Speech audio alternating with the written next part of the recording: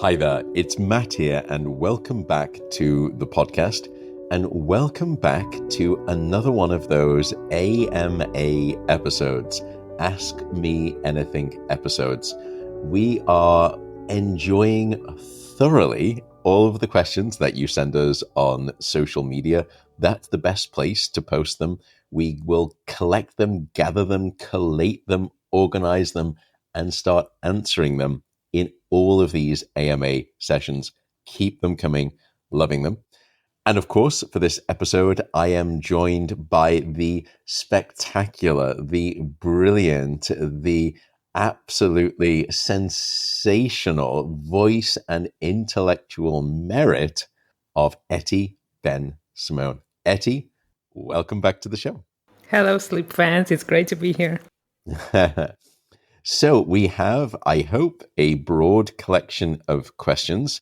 Let's dive right in. First question. First question is a serious one, very important one. Can certain medications affect sleep? This is such a good question. And it's a question that, or at least a conversation that, I have been remiss in communicating to the public. And I suspect also is not communicated enough from medical professionals to their patients. The answer is yes. Certain medications can significantly impact sleep, either by disrupting sleep patterns that could cause something that maybe even looks like insomnia, or those medications don't necessarily mean that you struggle with sleep at night, but it causes excessive daytime sleepiness. I think it's a great question because understanding how these medications interact with your sleep can help you manage their effects more effectively, as it were. So, this is not us being medical doctors or giving prescriptive advice. This is us just covering the scientific data in the literature. So, we give you descriptive advice, not medically prescriptive advice, that you can maybe take to your doctor. I would say that there are probably maybe 6, 7 different categories. Let me see if I can go through them. The first obvious one, stimulants. Stimulants are commonly prescribed, meaningfully so, and they can certainly be very helpful in certain conditions. But stimulants for conditions such as attention deficit hyperactivity disorder, as well as narcolepsy. So amphetamines are typically one of the drugs that are used. Brand name would be Adderall, and methylphenidate is probably another one, which is called Ritalin, which most people would probably know of. Both of those will increase wakefulness and alertness, which can mean that you really do struggle to fall asleep at night, and it can reduce the total duration of your sleep. And there's some great data out there. I think the last study I read on this recently, but came from several years ago, was about 2014, I think. It was Barkley and colleagues. But the suggestion there would be taking those medications earlier in the day, that they will have less of a residual effect on disrupting your sleep at night. So that's the first class of drug stimulants. Next one, antidepressants. It's kind of a bit of a mixed bag here, but they can have, at least I would say, varying effects on sleep, depending on the type and then probably the dose and the timing. So selective serotonin reuptake inhibitors, or SSRIs, things such as fluoxetine, which is known under the brand name Prozac, or Zoloft, those are actually known in a subset of individuals to cause insomnia or fragmented sleep, but it's only in a subset of individuals. Many people feel as though those mood stabilizing drugs can actually be beneficial to their sleep. Other antidepressants are a class that we call the tricyclic antidepressants, or TCAs for short. Amitriptyline is one of them. They actually can have some sedative effects. And why am I bringing this up? Because you would think, well, that sounds like a good thing for sleep. Yes, but if you're taking those medications first thing in the morning with the rest of your medications, sedative effects are not what you want. And that can lead to the second thing that we described in terms of an impact, which is excessive daytime sleepiness. When taken at night, there is a little bit of evidence that those tricyclic antidepressants, the TCAs, like amitriptyline, they may also reduce REM sleep. So there is an aspect that we've seen across actually many antidepressants of a REM sleep reduction. So I would say just keep an eye out for that if you are tracking your sleep. Next thing would be beta blockers. Beta blockers are medications that are commonly prescribed for high blood pressure and heart conditions. They can interfere with sleep. It's kind of interesting. They can interfere with sleep by reducing the production of melatonin. And we've spoken many times about melatonin, which is a hormone that regulates your wake sleep cycle. And that, as a consequence, can lead to difficulties in both falling asleep and also staying asleep. The other side effect that I think is typically listed with beta blockers in the sleep space is vivid dreams or even nightmares while taking beta blockers. So, if you've started those medications and you find an uptick in that type of symptomatology, difficulty falling asleep, sometimes staying asleep, or just really vivid dreams and sometimes nightmares, that may be a consequence of the beta blockers. None of this is to suggest, by the way, that any folks should start changing their medications based on any of this data that we're describing. Don't do that. It's just have a conversation with your doctor. Maybe it's best to take those beta blockers first thing in the morning rather than in the evening if you are having some of those difficulties. The next class would probably be the corticosteroids. Corticosteroids such as prednisone, which are often used to treat inflammatory conditions like asthma and arthritis, those can cause insomnia. Prednisone will increase aspects of the cortisol system, which is what we call sort of the cortisol stress axis, hormonal axis in the body. And that can be a problem. It can cause restlessness, it can cause insomnia, can also produce some mood swings during the day, both because of the increased cortisol stress axis during the day, and also because it's been a real challenge to achieve restful sleep at night. And we know one way to get us pretty agitated, short fused, is to reduce our sleep. That can be something that happens when you're taking these corticosteroids. The other thing I should probably mention on the back end of excessive daytime sleepiness is the antihistamines. So, over the counter antihistamines commonly found in allergy medications like Benadryl. Some people will actually use the drowsy version of those as a sleep aid because of their sedative effects. However, just be careful that number one, if you're using antihistamines as a sedative to help you get to sleep, unfortunately, you will quickly develop tolerance and it will make the medication less effective over time. And so you may find yourself reaching for more and more, which is a sort of a dose dependency. And then there's a pretty bad withdrawal. Also, the more antihistamines that you take at night, the greater the next day drowsiness and cognitive impairment there will be. So that can again lead to this excessive daytime sleepiness. Those would be, I think, most of the medications. Anything that you would want to add to that, Eti? If you do need antihistamines for your allergies, for instance, you can opt into the non drowsy version, which just doesn't cross the blood brain barrier. So it wouldn't make you drowsy, would still have the same effect on your allergy.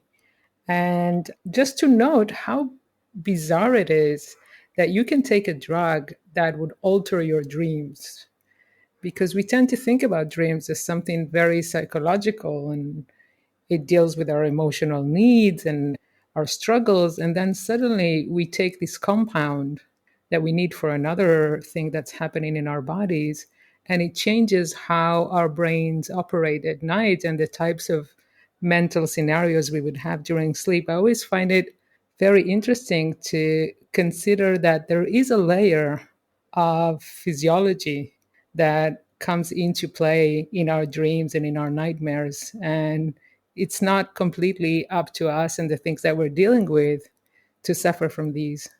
I wonder if that's one of those missing opportunity research domains. You're so right. I even don't know why I've never thought about this before, which is we know that many medications will have as a side effect condition warning on them disrupted sleep and potential nightmares. I always just think, oh, that's interesting. It's a medication that makes people have more nightmares. But We don't know very much about the physiology that changes to make a dream become a nightmare. And what that data is, in fact, telling us, screaming at us, is by the way, here I am. I'm a medication, and you know exactly what I do in the brain as a medication. And I'm telling you, when I'm there in the brain, I change the nature of your dreams and I flip the switch from normative dreaming to nightmare dreaming. Don't you want to understand, based on what you know that I do, that that tells you about the difference between. And it's stunning because people really do struggle with this thing called nightmares. Some of them have it in the extreme that it leads to something called nightmare disorder syndrome. And we've done an episode on that and different methods to treat nightmares as well. So it's a real thing. That's a great point. I'm so embarrassed. Why haven't I not thought about that before? Brilliant point. Thank you, Etty. Treating nightmares is so important, as we discussed last time. It can lead to even suicidal thoughts if people suffer from nightmares relative to people who don't. It could be really change life. And it's really what we call an impact on daily livings or disability of life. The reason that mental health, I think, has had such a bad rap is because people think, well, let's say that if you've got a diagnosis of a heart condition, or hopefully not, but a diagnosis of cancer, people think, of course, that's not your fault. That's just the condition. But with mental health, people think, well, if it's mental, then surely you could just think your way out of the condition. You would never say, well, you have hereditary calcification of the coronary artery risk. Can you not just think yourself out of that and think away the calcium that's blocking your. Wish it away. Yeah, but we do that with mental health. And I think then if you add on top of that the slight disbelief of these things called dreams, and especially nightmares, the disregard that we apply to sleep, and especially dreaming, and especially nightmares, laid upon our already disregard to mental health as a condition. No wonder there are so few treatments for that. So, all of which is to say, finding a drug that alters that tells you something about the mechanistic pathway. Meaning, if you know the mechanistic pathway, can you not reverse engineer it or find a way to block it, since you already know pharmacologically what it's doing? Great point. Okay, next question. Next question. I think that could be a whole episode of the podcast, Matt. How do circadian rhythms work? In a nutshell. Yeah, it actually has been a whole episode. It's either episode 2 or episode 3, which was circadian rhythms and sleep pressure. I don't know which of those I did first, but go all the way back into the catalog. You will find a full episode on what circadian rhythms are. So I will try to be quick, but circadian rhythms essentially are 24-hour cycles that regulate sleep wake patterns.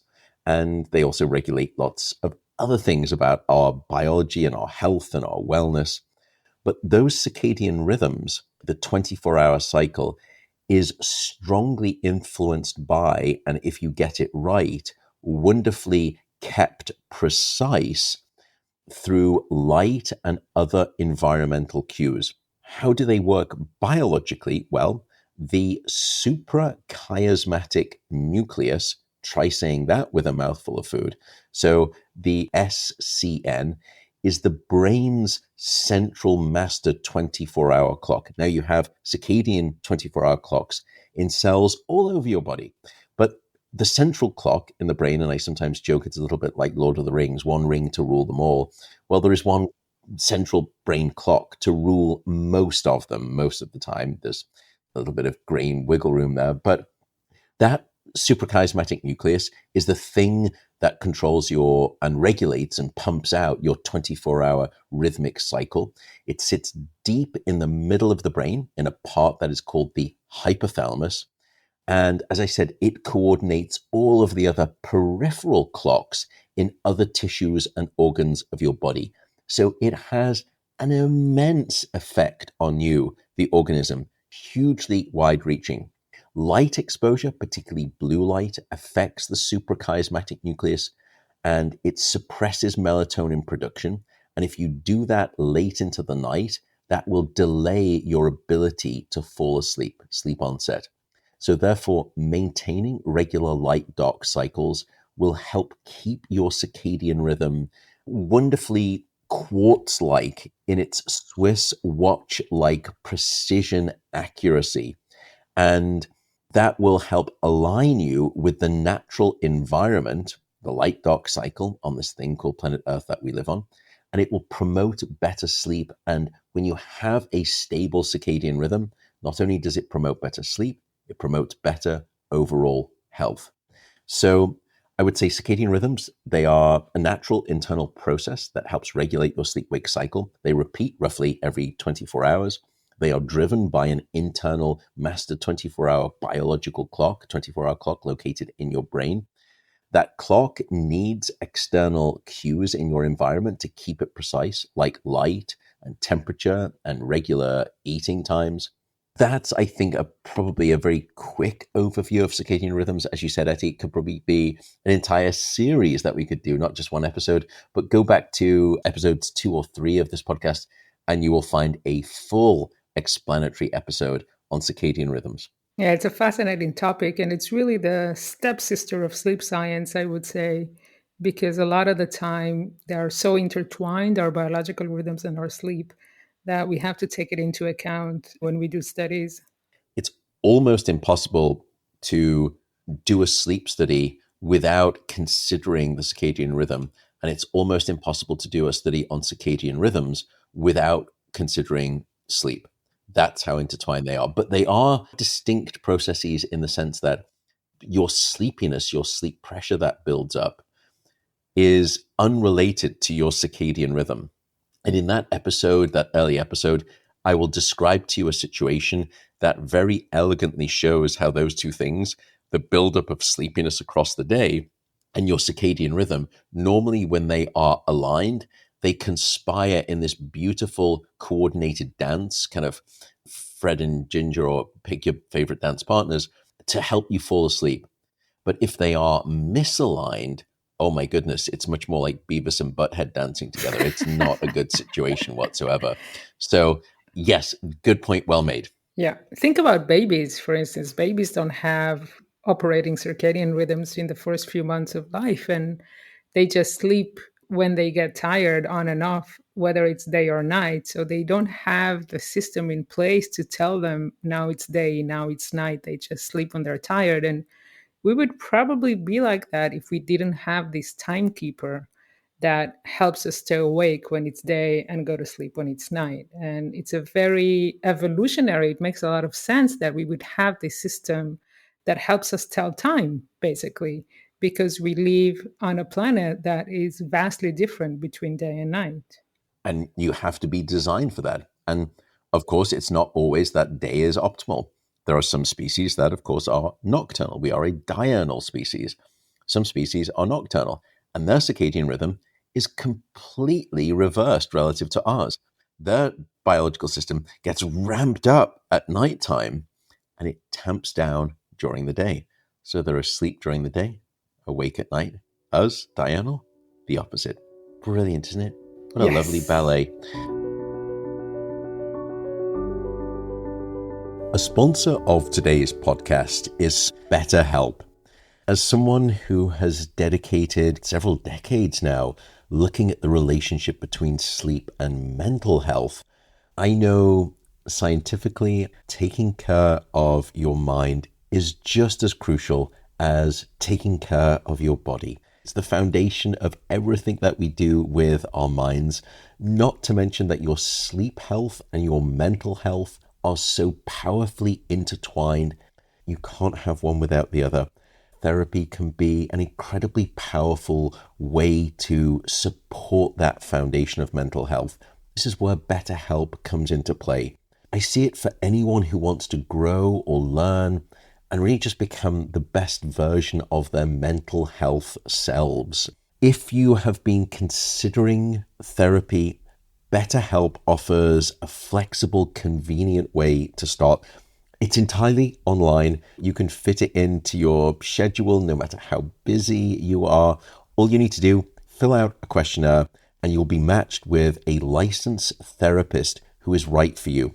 You can switch therapists at any time without any additional charge. I think that's really important too. It's all about finding the right connection with your therapist. please visit betterhelp.com/Matt Walker and you will get 10% off your first month. Thanks again to BetterHelp for supporting this podcast and the sleep education mission that we are on. I'm really proud to support them. I think mental health and therapy is just an incredibly powerful, underutilized tool. So again, betterhelp.com/Matt Walker.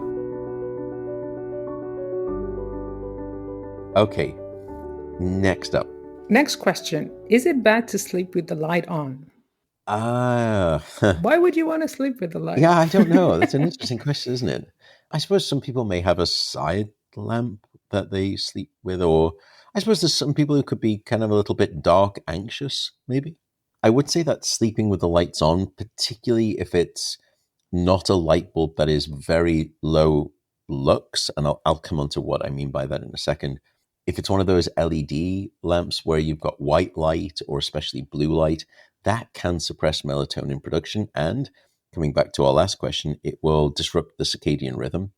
We know that melatonin is a hormone that's going to promote the healthy timing of your sleep, and it is inhibited by light exposure. Red light is less disruptive to melatonin production and circadian rhythms. And red light and orange light, or sort of warm, really warm amber hues of red, that makes it a better choice for a light bulb. If you absolutely need light, I would say try to get one of those smart light bulbs and then use the app to really dial out the blues and the greens, the cool colors. Ah, you can do that? You can with these smart light bulbs. You can change the entire color spectrum. It's that sort of pinwheel of color. And you can say, set a routine that by 9 p.m. in the evening, all of those light bulbs shift over from being this bright white light or even sometimes blue light, which is very alerting, which is a great choice in the morning.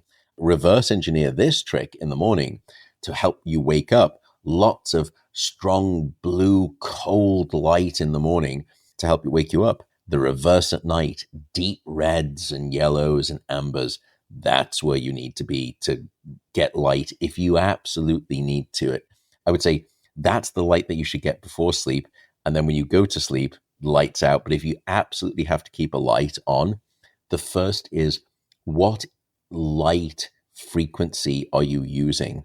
Meaning which part of the visible light spectrum, from the violets and the blues all the way to the opposite end to the reds and the yellows. It's the reds and the yellows in terms of the visible light spectrum that you want to lean into and bias towards if you have to have light on at night. That doesn't, however, tell you anything about the intensity of the light, which is the next thing. We know that the hue of the light, the color of the light matters, but we also know that how bright that light is, no matter what color of the light, will also impact you. And even low levels of light during sleep can suppress melatonin production. And there was a research study, a while back, I think it was Ken Wright, who showed that exposure to as little as 5 lux, which is the equivalent of a really very dim night light, can significantly inhibit melatonin secretion. For comparison, outdoor light ranges from, 100 to 500 or more lux. Certainly, I think there's been work by Josh Gooley and colleagues, and then I think Phyllis Z has published some work on this too, some great work. But they certainly found that light at night when you are sleeping, firstly, impacts your hormones like melatonin. Secondly, that light can still seemingly be perceived by the brain, even though your eyes are closed, and it can disrupt the amount of deep sleep. The further away you are from that light, meaning distance is the other thing. So it's how far away are you from the direct light? How intense is that light measured in this quantity we call lux? And then what is the hue, the color of that light? Those 3 things determine its sleep disrupting impact. Make the light as far away from you as you can. Make it as dim as possible, lux. Make it as red and ruby as possible to try to limit its melatonin suppression effects. that's the best bet.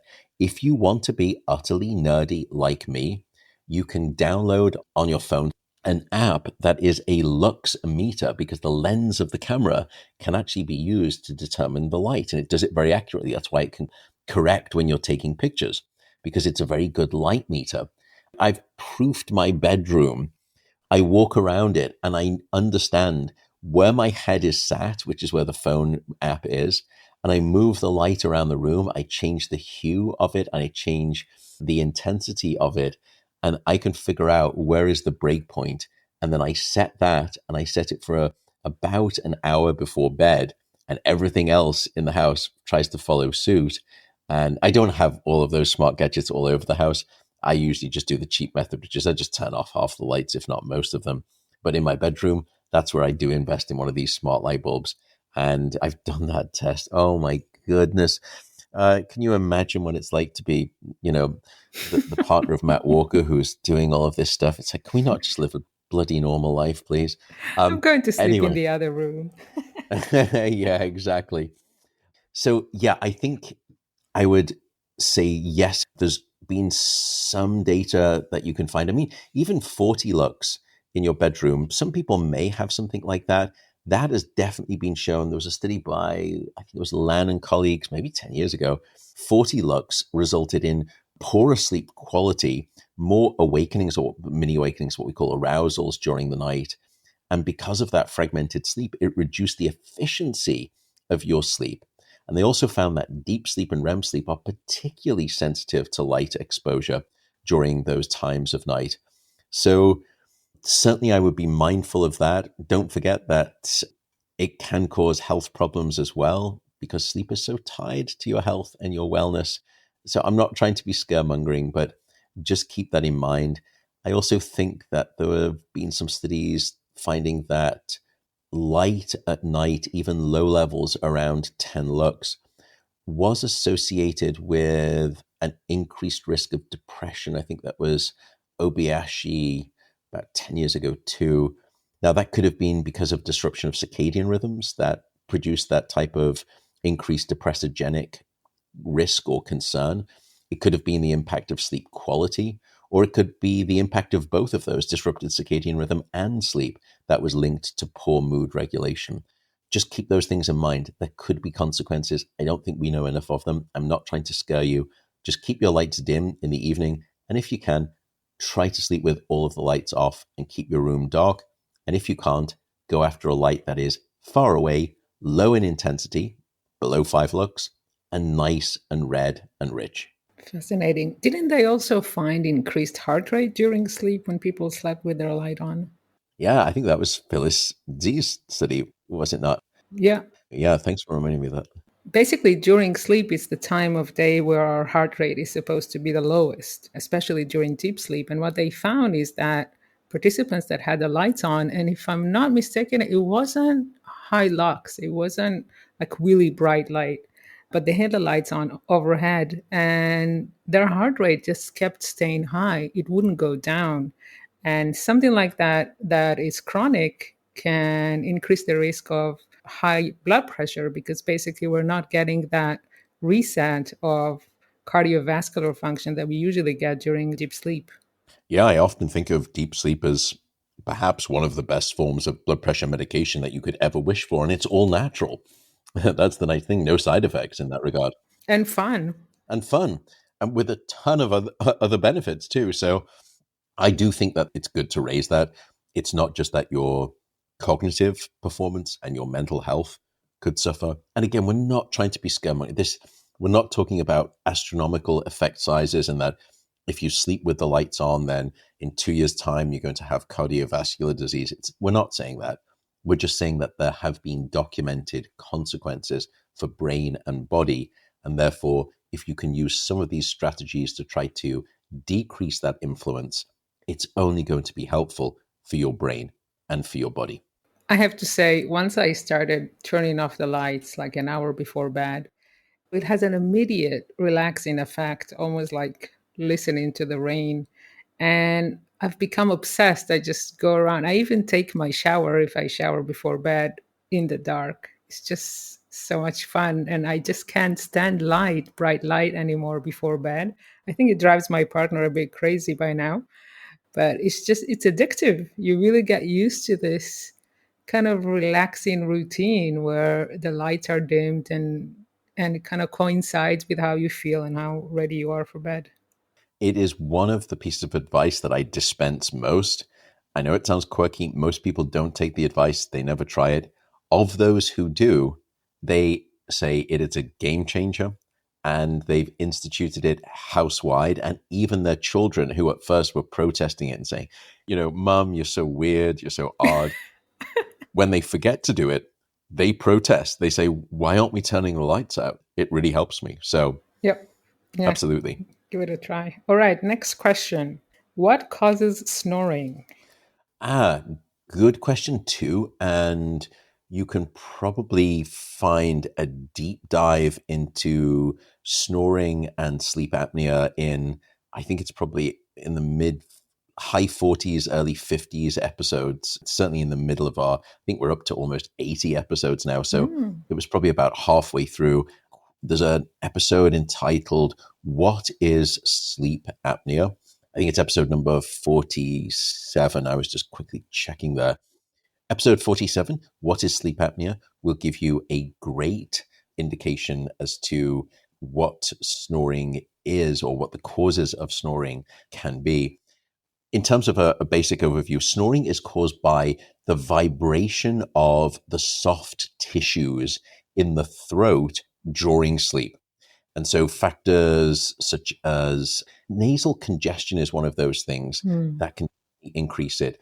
One thing that lots of people with sleep apnea will know, or if they are a partner of someone with sleep apnea, sort of heavy snoring, etc., they will absolutely know is that when that individual consumes alcohol, my goodness, does it increase the severity and the frequency of that snoring.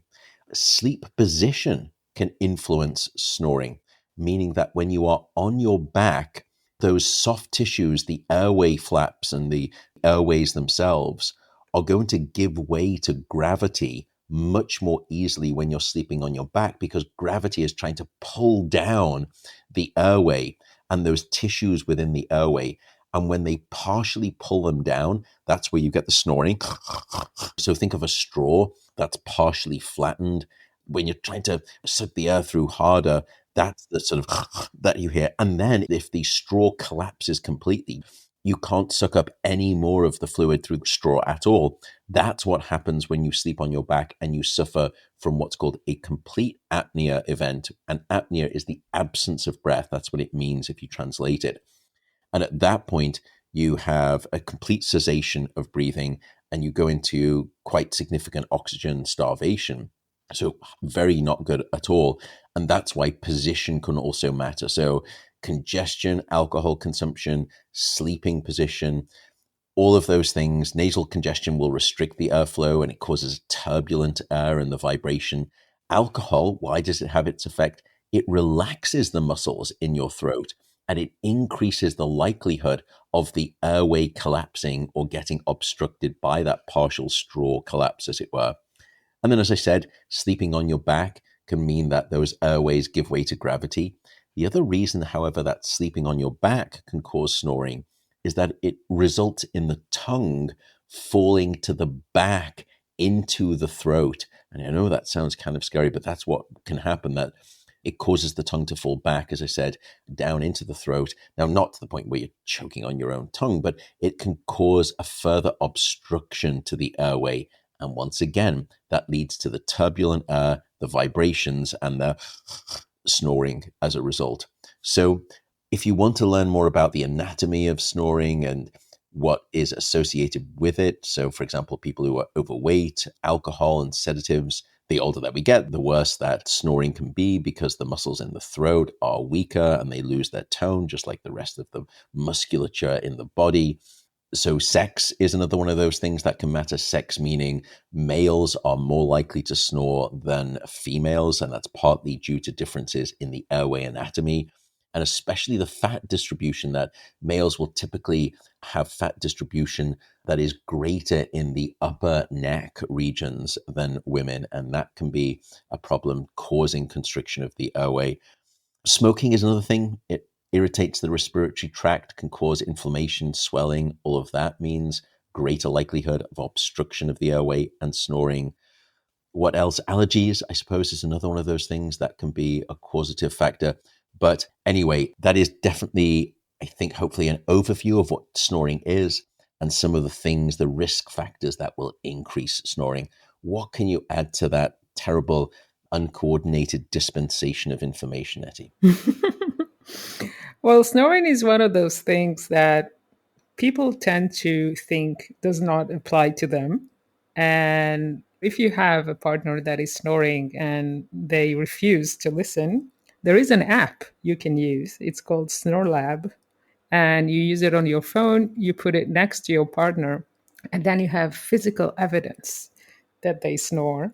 So you should be polite about it, but it is very helpful to have some evidence that you can talk to your partner about this, because snoring can be such an issue if you're sharing a bed with someone who snores, not just because it wakes you up, it's also, in my case, for instance, just being worried that your partner is not getting enough oxygen. It would wake me up, honestly.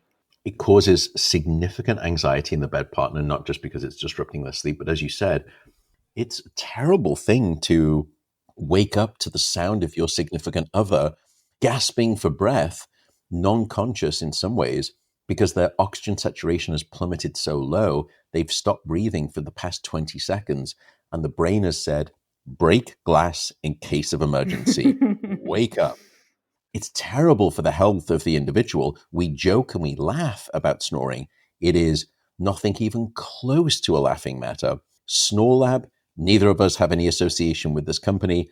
I think it's a great company when I work with clients sometimes, just to help them with thoughts about how to optimize their sleep. I'm not trying to practice any sleep medicine with them, but I'll ask what is going on at night during your sleep, because you probably don't know. And it's a great app. You just download it. You can get a couple of nights for free, and then I think it's a nominal charge for a month. It's well worth it for a month of recording.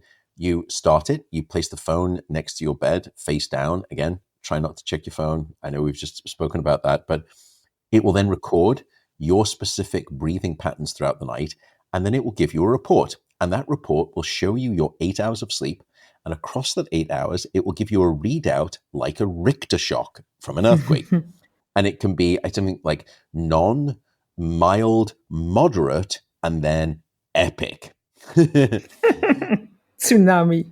Yeah, tsunami. And again, I'm laughing and I'm not trying to make light of it, of course, though. But one of the most frightening and compelling reasons that I ask clients to use it is because you can go back through that distribution profile of your snoring throughout the night. You can tap on the screen anywhere during the night, and it will replay the sound of you snoring and gasping for breath.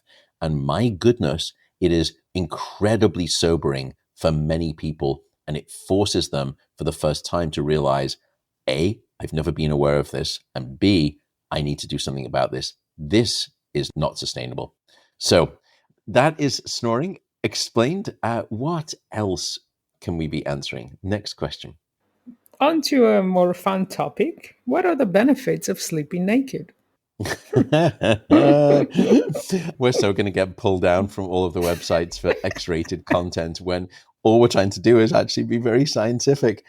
So sleeping naked, and this is where hopefully you will refrain from saying, what are your sleeping habits? And My I will refrain from personal, saying, yeah, okay. yeah, what are your sleeping habits? What is your sleep routine? No, that's not where we're going right now. Everyone can keep their bedroom chit chat to themselves on this specific topic. The pajamas to themselves. Keep your pajamas on. Yeah, exactly. Yeah, lack thereof. But sleeping naked, it can help regulate body temperature and improve sleep. And there was a great study back by a team in Japan, and I'm blanking on the name, but I'll come on to it. So that's the first benefit. It can help regulate your body temperature and improve sleep quality. One of the other things that people report, though, is that if you have a partner, that sleeping naked, and I'm again going to be very careful about treading this fine line between X-rated and really not going down that pathway. Skin to skin contact with a partner can increase levels of a chemical called oxytocin, and that can promote feelings of intimacy and reduces stress. And as a consequence of the increased oxytocin, the promotion of intimacy and the reduction of stress, that reduction of stress in particular, leads to the unblocking of wonderful, healthy sleep. I would also say that probably one of the other benefits, and I will do and I should do an episode on this, which is skin and skincare during the night. I don't mean that to sound in any way dismissive or superficial. Some people may have thought that skincare routine isn't that. No, not at all. I know many, many individuals, and I've known them throughout my life, who at night they have a skincare routine. And I think it's really important. We're all mindful, I hope, of our skin during the day. For example, if you're in a sunny climate like California, where we reside, you are constantly thinking about your skin. And I wear sunblock every single day, no matter whether I'm inside or outside. We should also think about our skin at night. So I should do an episode on that. But I would say that sleeping naked can also benefit skin health by allowing it to breathe, and it reduces some aspects of bacterial buildup on the skin that can sometimes happen if you're wearing tight clothing. That's one of those other things that can change the look of your skin at night, which is moisture changes and moisture differences. So we could go into all of the different aspects. There was even a study, I think, that for men, they demonstrated that sleeping naked could have, quote unquote, fertility benefits. And that was through an inference of the fact that research studies have shown that I think higher, excuse the phrase, but scrotal temperatures can negatively impact sperm quality and production. And that by wearing tight underwear or pajamas, it can increase that scrotal temperature. And so, therefore, sleeping naked as a consequence may help better temperature regulation in those midriff areas. And that could be deemed as significantly more optimal for sperm health. But I don't know of any study that has directly demonstrated that, yes, in males who are sleeping naked, there is causally evidence of improved sperm health. It's just an inference. So I'd say that that's probably the only other thing. That's a good study to run. Yeah, and it will be a really important one because, there are lots of people out there listening who are probably in a relationship and they're trying to conceive. And in that situation, especially when it gets challenging, people get very invested in trying to optimize everything to increase the chances of success that they can start a family. So it's a really significant issue. Do you know if someone wants to try it out, should they compensate with the bedding or should they stay with like their typical bedding? Because I feel like the times that I've tried, I actually felt colder and it interrupted my sleep. So is there perhaps a time to get used to it? And do you have to kind of start early? What do you think? I think there could be a time to get used to it. And in the study that I'm thinking about from the Japanese team, they were actually having people sleep naked under very thin sheets, or if not, no sheets at all. Oh, wow. I don't think I would be able to sleep like that. For some reason, I need the sensation of a sheet or a duvet on top of me at the very least. So I would say explore it, discover whether or not you tolerate it well. And if you do, go for it. And if you don't, just make sure that you wear some kind of sleep clothing that is breathable, that is sweat wicking, meaning it takes the sweat away from your body. It doesn't just stick there, and make it somewhat loose fitting, particularly for males. Yes, and stay away from jacuzzis as well. Correct. If you're trying to have kids. You had to go there, didn't you, Etty? You just had to. No, no, I love it. You're just talking about thermoregulation. I remember it's like the first thing they say. Just keep it cold. Keep it cold. Yeah, kind of nod, nod, wink, wink. A partner for today's episode is AG1. What is AG1? AG1 is a nutritional drink and it contains a whole constellation of antioxidants, biotics, minerals, essential vitamins. It's a long list, but you get the the comprehensive picture, let's say. I've never been interested in fads or quick fixes with diets. It just doesn't work. And that's not what AG1 is about. I've been using AG1 for the past couple of years. I have been using it. And just to note, I do buy it myself. I'm not interested in the idea of freebies for the obvious trappings. But one of the reasons that I've been using it is because I did my research on the science behind the ingredients, and I do place a high priority on scientific data as ground truth.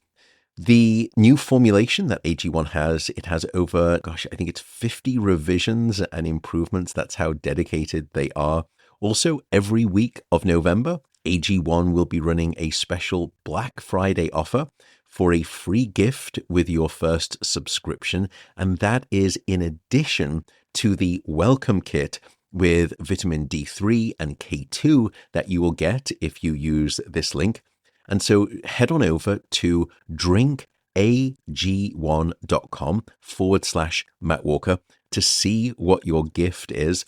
Again, that is drinkag1.com/Matt Walker.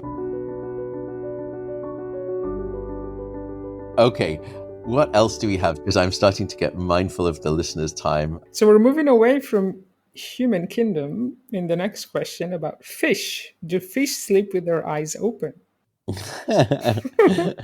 If you were to see any footage of he's my absolute idol, and he has just a vocal tone and a way of dispensing knowledge that is so sumptuous to me. It puts hairs on the back of my neck straight on end.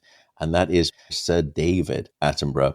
If you watch some of his programs, you will often see fish or even sharks. They're in this stasis mode where they're just almost just pulsing their fins every kind of second or so. And they're just there pulsing in place. They're not swimming. They're not exploring. They just seem to be in this stasis position. It's very alien-like. It's very, very peculiar. Yeah. The reason that it's somewhat disconcerting is that you would say, well, if their eyes were closed, oh, if the fish is sleeping, shh, as if shh would make a difference. But they hear everything. The thing is, they don't. Why? Fish sleep with their eyes open. And that may seem unusual compared to humans and many other animals, but for fish, perfectly normal.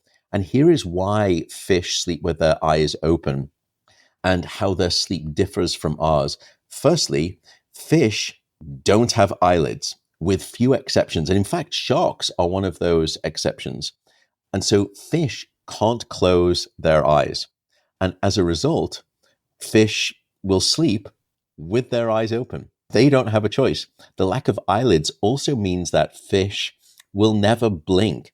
So don't play a game of poker with fish because they will never have any tells. They will never be able to give it away. That's the best advice you've given in the podcast, Matt. Exactly. Their eyes are always exposed and you get nothing from them, no matter whether they're awake or asleep. Fish actually do have very different sleep patterns from mammals. Fish don't experience sleep in the same way that we do. Instead, they will have stages of deep non-REM sleep, but we typically don't think of fish as having necessarily REM sleep full blown as we do human beings. So fish, reptiles, and amphibians will typically not have REM sleep. Now, there's some debate around that, but for the most part, the REM sleep that we have, they typically don't have. How would you know that a fish is sleeping? They will have reduced activity, as I said. They just hover in place. It's this really cool but kind of ghostly-like thing. And some fish, it turns out, it's great. And we should try to link, please, Matthew, make a mental note. And for all of us creating the podcast notes here, we should send a link to the octopus sleep. Do you remember that video, Eti? Yes, it's amazing. How amazing is that? Which brings me on to the fact that some fish will change color when they are sleeping, and they will often become a darker blend color to their typical color. Why would they do that? Well, blend is a good word. It helps them blend in with their environment, and therefore it helps them become less discoverable as prey. So I hope that gives a fairly straightforward answer to, do fish sleep with their eyes open? Yes, they do. Why? Zero eyelids. They have no option. Yeah, they don't even have a choice. I'm sure some days fish are swimming around and one of them looks over to the other and he said, "Hey, David, wouldn't it be nice just sometimes to close your eyes?" He's like, "God, Kevin, I've always wanted to close my eyes. God, it's just one of those, we'll never be able to do it." I'm so sorry, David. Don't worry about it, Kevin. We'll be At fine. least we can make oxygen out of the water.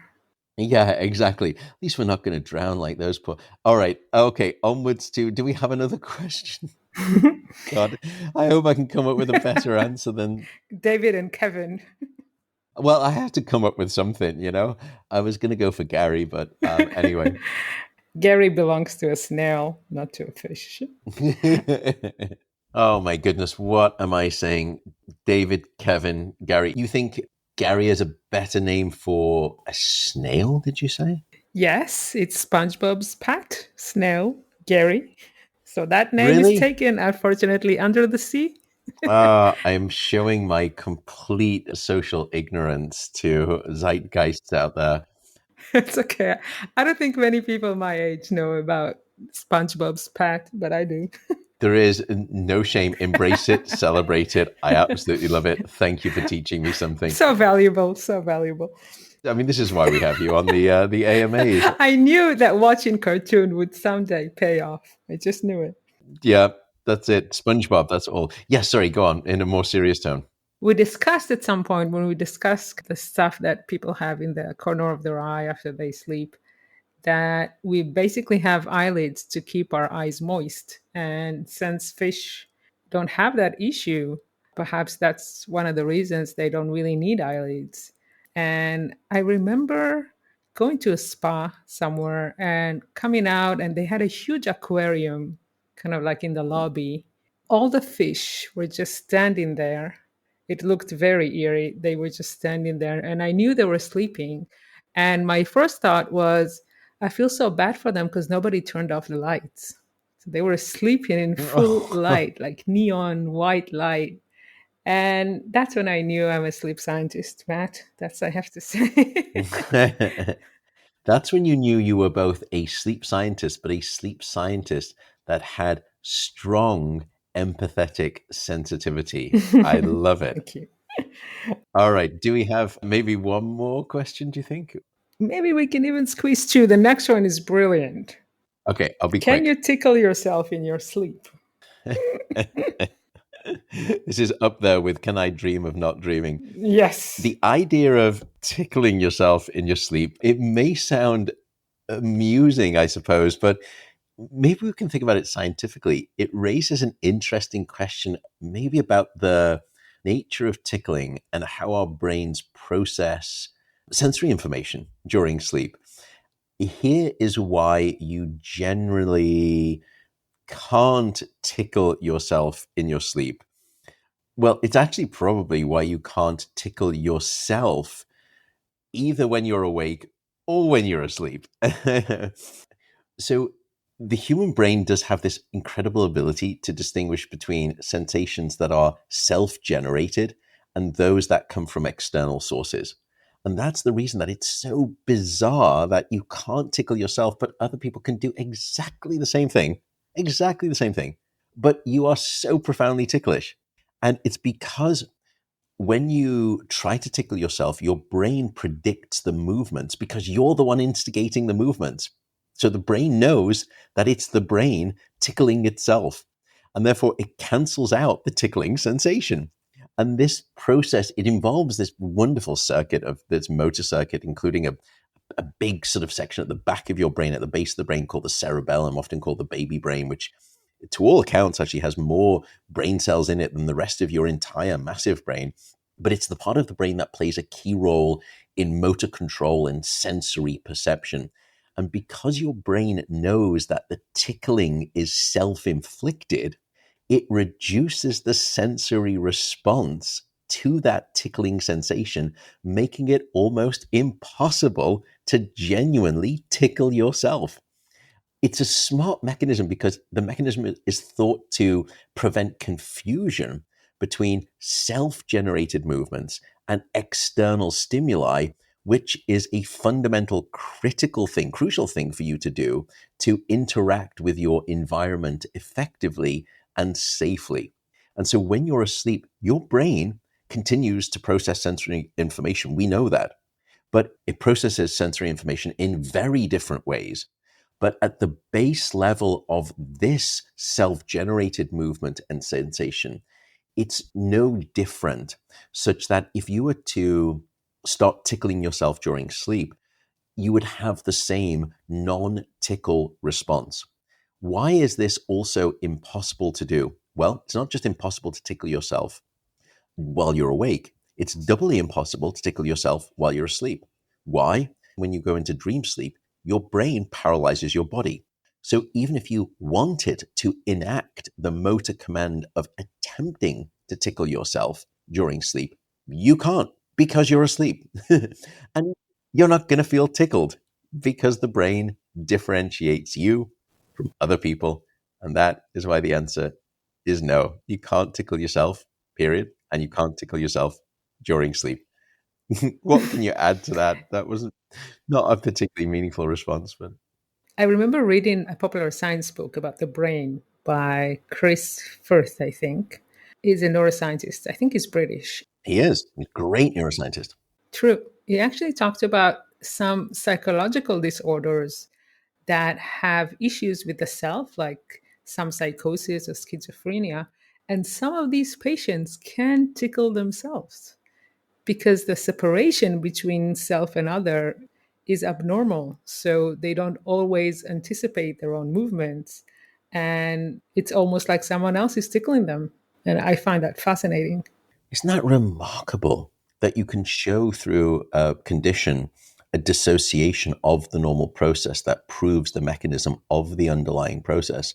Actually, I should probably note, by the way, that again, this is not to the question of tickling yourself, but it reminds me of your answer about the dreaming of not dreaming. You might dream about being tickled, and therefore you may still say to me, well, during sleep, I have the sensation of being tickled. But if you are getting that sensation, almost always in that dream scenario, it's someone else still tickling you, not you tickling yourself. And it's a very rare dream, I think. Not many dreams have touch sensations in them, right? No, they don't. It's much more visual and emotional and auditory. Yep. And kinesthetic to a degree, feeling that you can have movement, but the actual sensation of touch, very low probability. All right. Time for one last question. Yes, go for it. Why do my pets take up more space in bed than I do? It's a good one. Oh, as a pet lover, I kind of enjoy this question. Why do they? Well, probably two reasons. Firstly, because you love them and you let it happen. The other more extreme version of that is because you are fooled. You are misguided. It's not your bed, it's their bed. And you are only allowed the privilege of getting into it. That's probably the way that pets think about the bed, which is, yeah, I suppose I'll let them come in tonight. That's fine. Once that's happening, trust me, ownership, not yours, done and dusted. But why do people probably let pets in their bed? Typically, sleep science, if you're struggling with sleep, it's not advised to have pets in the bed. It can cause sleep disruption. There's fairly good data on that. Some people, though, really find comfort and security, dogs and cats especially. They will not only bring comfort and security to you, the owner, but they will also seek out sleeping in the bed with you for their own comfort and security. And this probably the other reason there is that they're very smart. They also know that your bed is likely the most comfortable place in the house. You can buy all the fancy dog beds that you like. Your mattress, though, with this plush duvet cover and it there's blackout curtains and there's a noise, it probably feels like the best place to sleep. And that's why they will always try to come together. Dogs probably, it's more true than cats, perhaps in part because dogs are pack animals. And by nature, they will feel more secure when they're closer to their quote unquote pack, meaning you. What else? Pets probably want to jump into bed and you let them because they are trying to help regulate their body temperature. And so they will often take up more of your bed sometimes than you because they are trying to stretch their bodies out to regulate their body temperature. So, yes, it's more comfortable. Under duvet sheets, well, they've got a coat of fur, so they may struggle to do thermoregulation the same way we do, as long as we're not clothed in equally fur-full pajamas, which each to their own. And as a result, they will stretch out and therefore take up more of the real estate of your bed. And we let them. I sometimes wonder if there's a bit of Schadenfreude to it as well, that pets kind of, they're just claiming their territory. And they have this instinctual behavior of saying, by the way, this is my bed. Move over, please. My territory. I'm claiming my territory. And by taking up more space, they're asserting their preference and marking the areas as their own. I think that's more common in cats than it is in dogs. Cats in general. I have owned cats and dogs. My last set were a dog and a cat that came as a pair because they bonded in the rescue shelter, and they would only be allowed to be taken under foster care and ultimately adoption if they were taken together. So I love them both, but I would just say that that's probably another one of those things. So I've gone completely off path, but hopefully that explains a little bit more about why they jump into bed, why they take up more space, and also why you are a complete sucker and give them all of that space if you're like me. But sorry, I think I interrupted you. You were going to say something about bed hogging behavior of perhaps. When I had a cat, one of the things that was really kind of obvious to me is that they're basically nocturnal and they're trying to adapt to us. But when I was sharing my bed with my cat, it just felt like she wants to play. She doesn't want to sleep. Hence the data on the sleep disruption and pets in Yes, the it was like, bedroom. no, I'm sleepy now. And so it's also that the fact that, just like you said, they kind of do you a favor that they let you in the house, cats in particular. Yeah, I truly think that it's their world and we're just living in it. We just feed them. Yep, and give them resplendent sleep while we toss and turn with fragmentation that would make most sleep trackers horrified in the report in the morning. Okay, enough. We will end it there. Eti, thank you so much for skillfully I feel like I was particularly all over the map today. I hope listeners don't mind. Thank you for keeping me at least somewhat guardrailed in terms of my flailing and idiocy, bringing intellectual acumen to my clearly lowbrow intellectual responses that, You're a fountain of invaluable knowledge, Matt. yeah, others would say that I have the intellectual horsepower of a tree stump, but thank you. Let us end it there. I will thank the audience for listening. Thank you. Thank you. Send your questions to me on social media. You can find me on Twitter and on Instagram. You can also find Eti on Instagram. We will link to those in the show notes. Send us those questions. We would love to hear from you. No need to subscribe, leave a 5-star rating. All you need to do is share these episodes with friends, family, to anyone that will be sleep curious. Our goal with this podcast is try to enact global sleep education. Join us in that mission. Folks, until the next time, thank you very much both from me and For me, thank you very much. take care, folks. Good night. Bye for now.